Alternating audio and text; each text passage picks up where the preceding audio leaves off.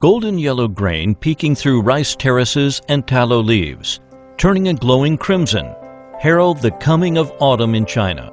Somewhere between August 7th and August 9th every year, Li Chu, the 13th solar term of the 24 solar terms in the Chinese calendar, and the first solar term in autumn, marks the end of sweltering summer and brings with it cool, crisp air and the crunch of fallen leaves beneath the feet.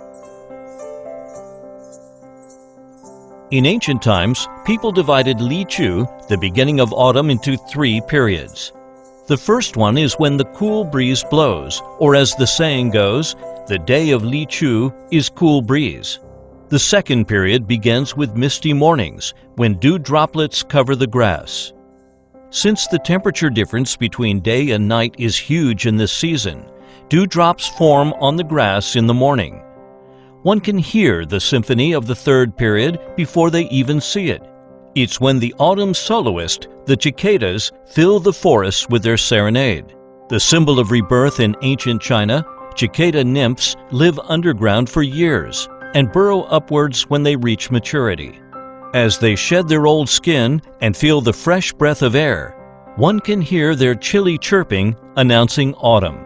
Ancient China regarded the beginning of autumn as an important moment at the turn of summer and autumn, and attached great importance to this time. According to records, during the Song dynasty, the imperial palace would move Chinese parasol trees planted in pots into the palace in autumn. When autumn arrived, the Taishi Guan, the government archival official, would chant, "Autumn is coming," and the Chinese parasol trees would shed a leaf or two in response to the sound, in order to reflect that autumn has indeed arrived. Therefore, the idea that fallen leaves herald the fall. In the meteorological sense, though, the daily average temperature should be lower than 22 degrees Celsius for 5 consecutive days for autumn to be announced. But before the beauty of autumn can be enjoyed in its entirety, one still has to face the last day of the 3-legged dog days of summer. The autumn tiger means temperatures are still high, so close attention should be paid to avoid summer heat. During gnawing autumn, the tradition is to munch on hydrating fruits like watermelon to prevent autumn dryness. Li Chu also signifies the harvest season.